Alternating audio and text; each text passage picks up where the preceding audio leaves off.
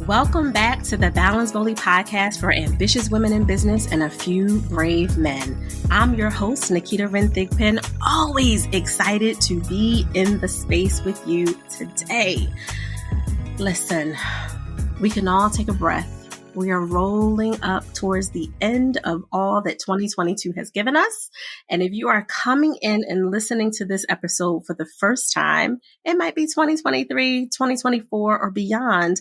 I guarantee you will not be disappointed no matter where you're hearing this, because this magical human who I creatively, professionally stalked is phenomenal. And everything about her is in fact evergreen. Because it's her truth, it's her life, and it's why she's so powerful as she shows up and helps other humans get unstuck from whatever mess they might have been in once they're aware and ready to recognize that they are in fact stuck and not living their best life. Let me welcome my new colleague, Midori Verity. I know she has this beautiful name that I probably could say 100,000 times wrong. I'm going to do my best to only say it that way because it feels so juicy to me and very delicious. She is an amazing and well sought after mindset coach, author, and TV host that is really showing up fully in incredible ways for herself, her family, and her clients. Midori, welcome to the BBP. How are you today? I am doing so well. And that was a beautiful intro. And there's no place I would rather be than with you here right now. So let's do this. Yes, absolutely. I would love for you to share with everyone just a little bit about the current work you're doing and why you decided to do it with such depth and such vigor, because you are very passionate. I've been watching you, girl, YouTube and your website, like all the places. You are doing the thing. What made you decide to do mindset specifically? Yeah. You know, way back when I first started business, which was almost 30 years ago, not to age myself, but it was a long time ago. I started right out of college with my husband. We were in a recession. We didn't know what else to do. So we thought, let's start a business. So we did. About 12 years in, at that point, I had 2 kids. Our business had taken off, crazy busy. I had 0 free time, 0 mental time. Everything was just was a whirlwind around me. And I got extremely burnt out and really, really unhappy. It actually led to a depression. And that went on for about 6 months where I just felt like I was stuck. There was no escape. I felt that way. And I'm sure a lot of listeners have felt that way too, where it's like, this is my life. This is the way it's going to be. And it felt terrible. And so thankfully, after about 6 months, I got tired of myself. I got tired of feeling that way. I couldn't take it anymore. So I went out on a journey, just researching and reading and talking and just doing anything I could to try to find answers on how to get out of the way that I felt. Thankfully, I went to a business event where I met a gentleman named Doug Bench, and he talked to me about this concept of neuroplasticity. Never heard of it. I didn't know what he was talking about. I thought it was woo-woo until I really listened to him. And he's an attorney, very fact-based. And so he talked to that part of my brain that was more like very linear. And I'm like, okay, I understand the science behind this. And what happened, Naketa, is that it opened up this, it lifted up all the weight and the darkness that had been sitting on my shoulders. Yeah. And it made me realize, holy cow, I have the power to change my life.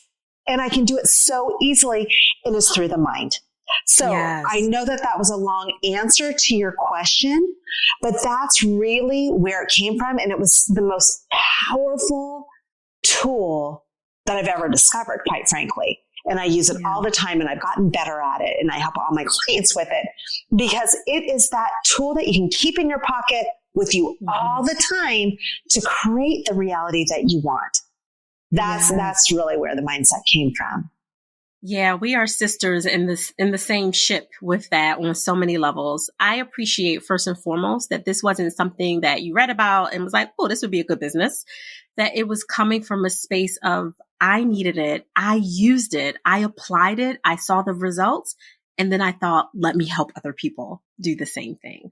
And the fact that you went through your go through in that hour of your life, which wasn't pretty, which was very messy, and you were able to create this multi-generational imprint. Because again, I wasn't joking when I said I've been creatively, professionally stalking you. I see that your kids are doing amazing as adults and like really living their best lives, and you are walking your talk. Like for us at ThigPro, it's all about building stronger families so they can do just that. They can leave those multi-generational imprints from their wholeness. And you, Midori, are a representation of that. You are someone who didn't have a cookie cutter life. You went through whatever you went through, and your husband was right there in the pocket with you, like, oh, honey, we are in this. And we're going to get through it as well. And I really do appreciate that that's what fueled your fire, which I know is a pun for the accountability pods that you run as well. But I'll let you tell everyone about that and why you're doing it as well. Yes, thank you. Yeah, it's, and that's really the basis for everything that I do, right? Mm-hmm. It's the mindset, it's that positivity. It's what do you want to create?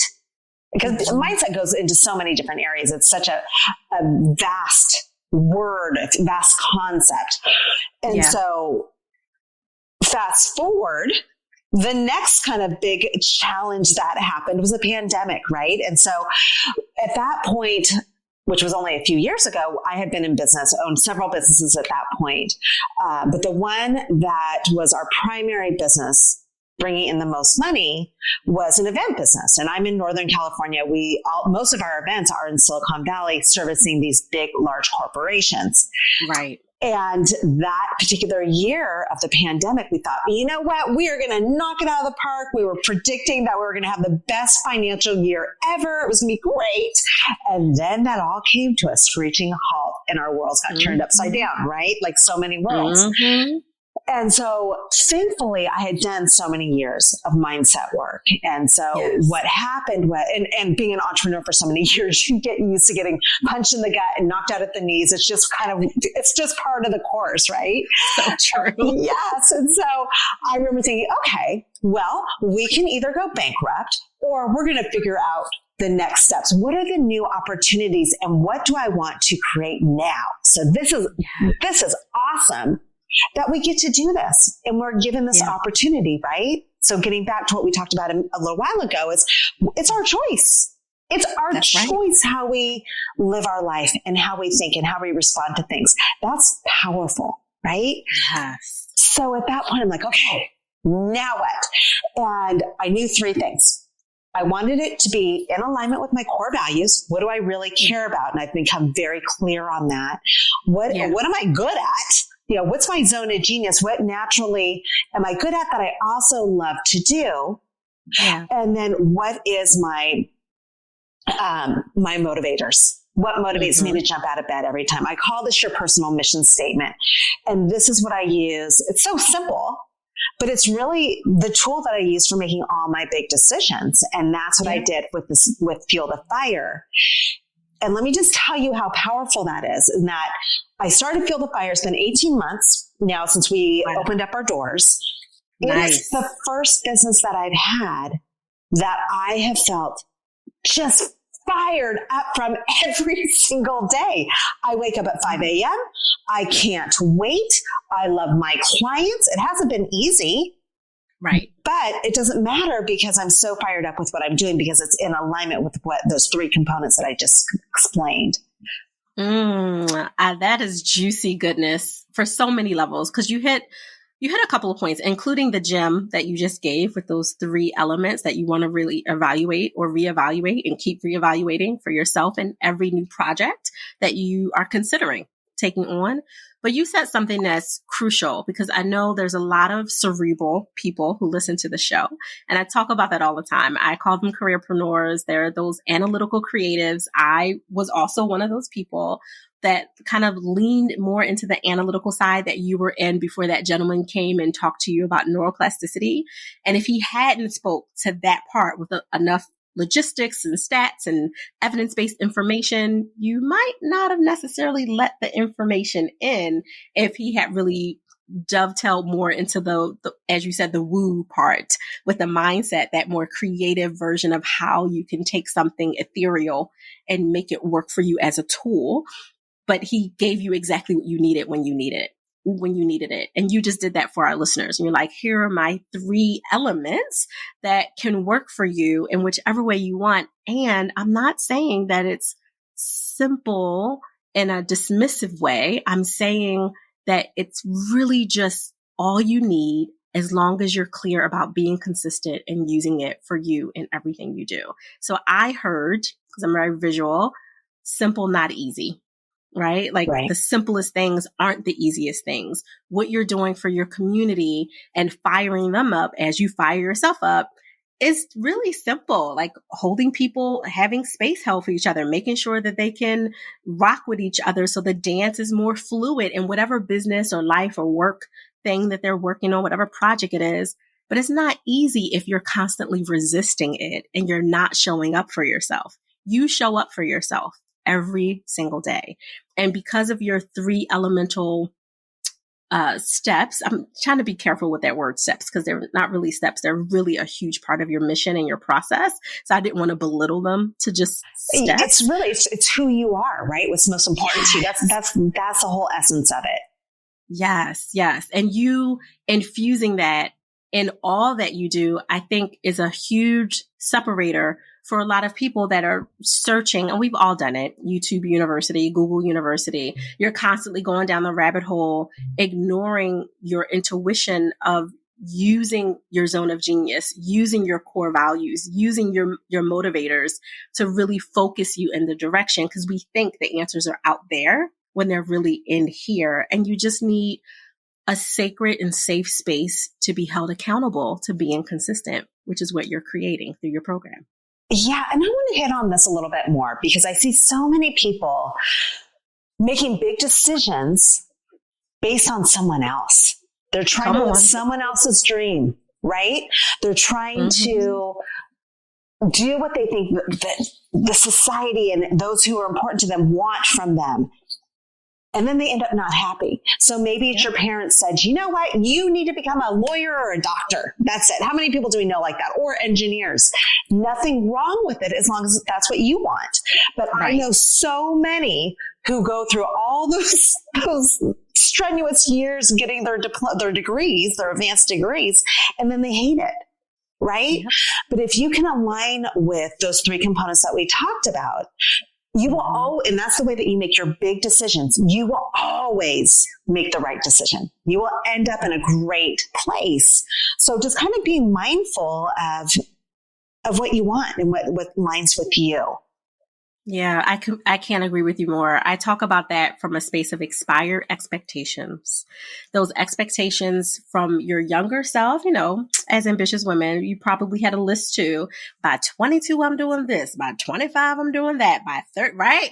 And nothing wrong with the list, right? It can kind of motivate you to stay on track a little bit, but then we shame ourselves when we don't hit the list in that order or at all, because life and the storms and hurricanes and tsunamis that come from the world might actually shift us more in alignment with where we want to go. And we're so resistant because we're trying to hold on to the expectation that I'm going to hit this list.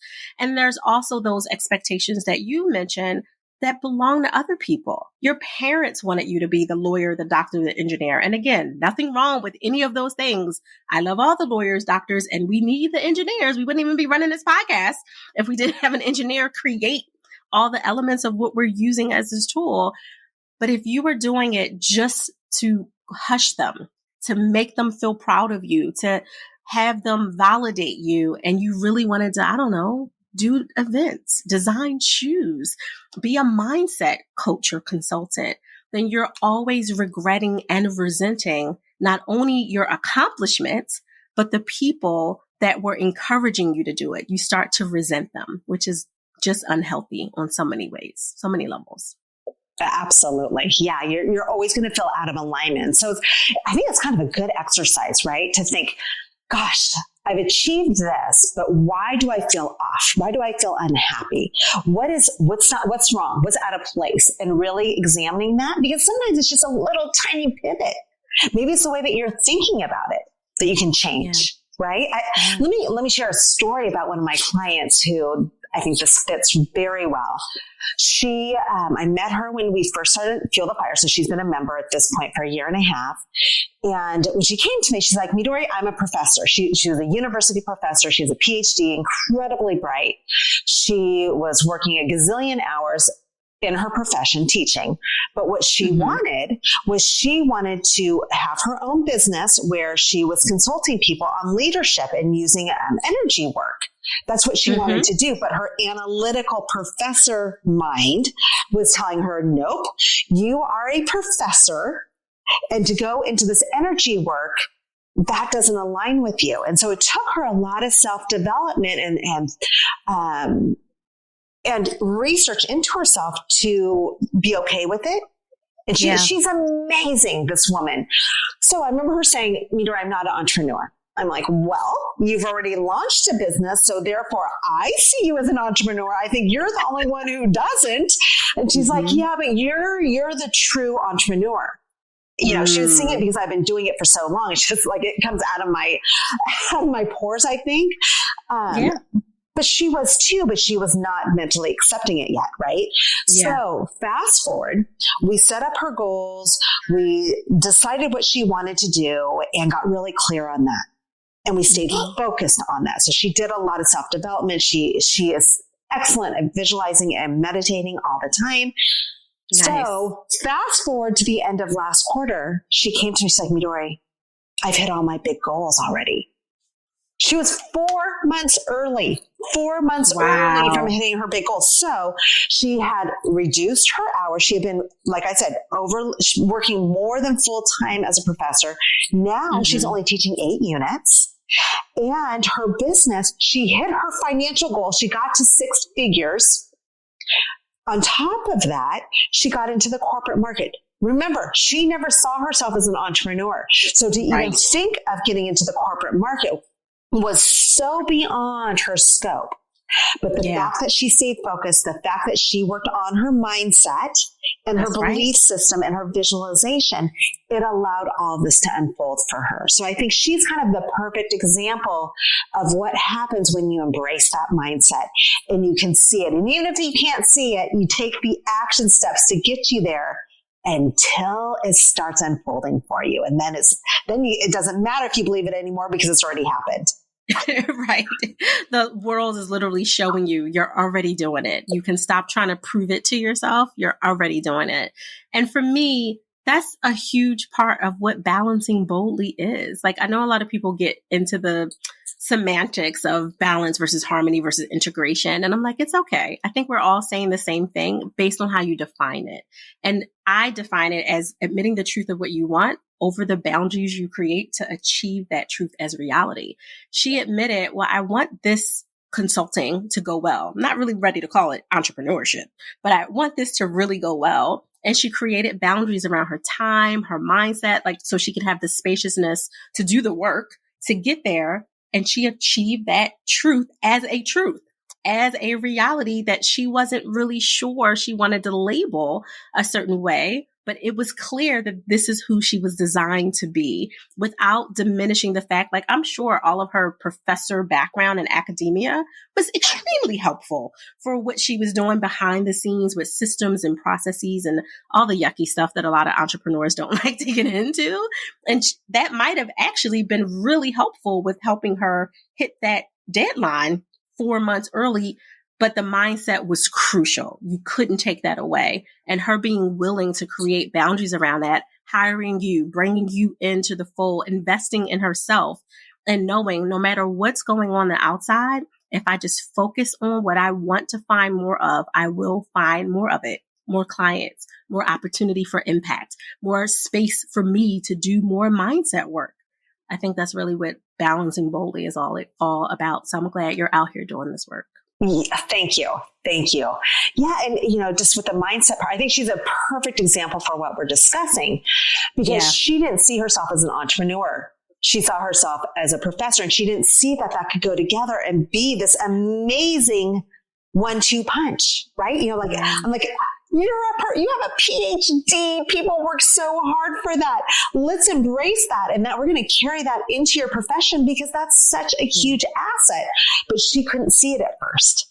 Right. Yeah. And so now she has adapted this new mindset. She's leveled up and she's like, Midori was right. That is in my pocket. I worked hard for that and I've earned it.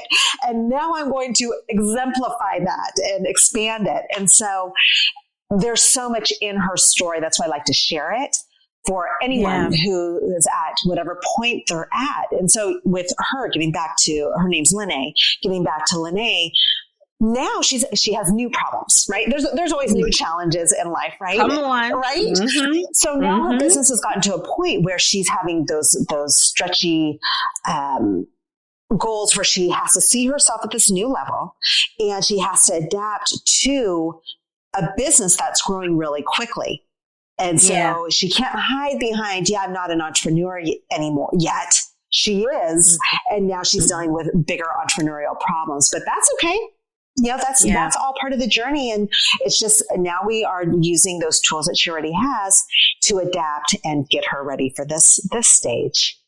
Well, those are those good problems that your current program gets to help people with holding them accountability to that consistency of honoring this is a good problem. And now we can work it out and there will be another good problem that comes out of that next level, which also does open up to your point about the continuous need to work on your mindset that you mentioned earlier. When you go from not being an entrepreneur, doing all the work. Okay, I embrace it. I'm an entrepreneur doing all the work.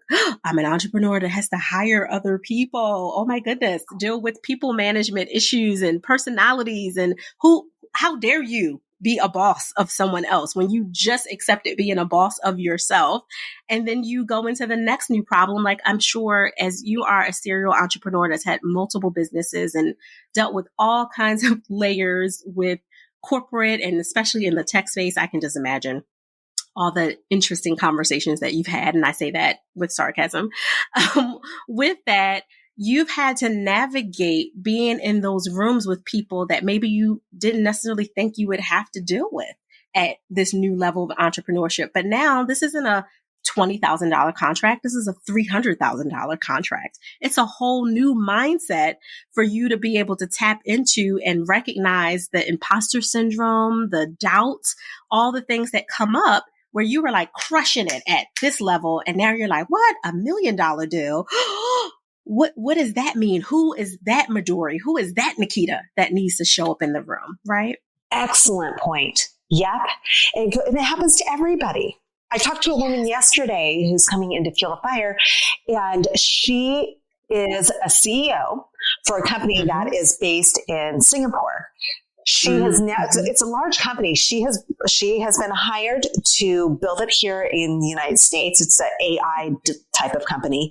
And she has to do a pitch deck. She has to look for investors. She's doing everything. And she said to me, she's like, so, I'm listening to her. I'm like, wow, this woman is amazing. She is taking on this whole new company. She just was hired in November and she's already pitching it for investors. Good for her. And she said to me, she's like, I am so scared. I don't know what I'm doing. I've never done this before. And I'm scared to death. I'm like, awesome. That's okay. Men do that quite often. Right? So men have a tendency, this is not just me making it up. There's a lot of studies and research that prove this, that men will go in and say, oh yeah, no problem. I know how to rewire a computer, even though they've never even seen one. They will make, right? They figure it out. They're more confident in that and they will stretch the truth quite a bit. So when this woman was telling me this, I was leaping with joy for her because she embraced it. And yes, she was going to figure it out and she was getting the tools. And that's what it takes. It takes that. We're talking about balance boldly. It takes those kind of bold things, right? And so regardless of what stage you are, embrace that. When it gets stretchy and scary, that's awesome. That's a habit to embrace because that means that you're leveling up into this new person and it's exciting and it's okay. And we're all scared when there's something new, but it's just a good sign. No, I totally agree. I feel like it was a book that's been around, I don't know, a decade or two.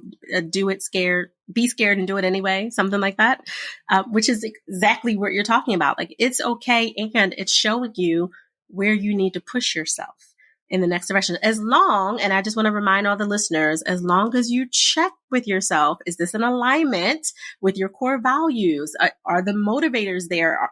Are they in sync with you? And what was the third one, which I think was the first Zone one? of genius. So Your core zone values, of genius. your motivators or your passions, and then zone of genius means, what are you really good at and what makes your heart sing? Do you love it? And if that's the case, if it's those, because as an entrepreneur, as someone who is, people who are listening to this, regardless of whether you're an entrepreneur or you're in a career, you're wanting to get up to a next level. Otherwise, they wouldn't be listening to this podcast, right? Right. And so you have to stay motivated. And if you are in alignment with those three items, it's going to be really easy when things get tough to pull those blankets over your head and not want to get out of bed. So that's the power of being in alignment. I love it. So Midori, when you're now out here helping people go to their next level, get unstuck, crush those limiting beliefs, and get out of their own way, how are you giving yourself permission to pause? Oh, gosh. In a few different ways. And I think that's such a great question because I used to not do that. Mm-hmm. So meditation, yoga, and working out, those are my things. Those are my go-tos to keep me sane because I am a little bit crazy, maybe a lot crazy, but those are the things that keep me from going off the rails. So that's how I do it. Yeah, you're in good company over here. Trust me. I love that you like the stillness and the sparkle, which is what I call sweat. When you sweat to you sparkle. I love it. You love that. And how can people connect with you to find out more about the great work you're doing in the world and if they're interested in working with you? Sure. They can go to fuelthefire.co, and that's the website. They can learn all kinds of things. And then also I'm going to share, since we talked quite a bit about personal mission statement, I have a training on that so people can get clear on it. I just think it's so powerful. And when you have it in a paragraph that you can always refer to and have it in your pocket, have it on your phone, I promise your life is going to end up in a good place. And so all they have to do is go to fuelthefire.co/mission. And that's where they can find it. Nice. And all of that, I promise, will be in the bottom of the show notes for everyone who's on their Peloton right now or doing something else while they're listening. Make sure that you just scroll to the bottom and you will see all of Midori's information for her website and for that beautiful gift. Thank you for giving that to the listeners. Absolutely. We appreciate you and your time. We honor you here. Thank you for having me. You're welcome.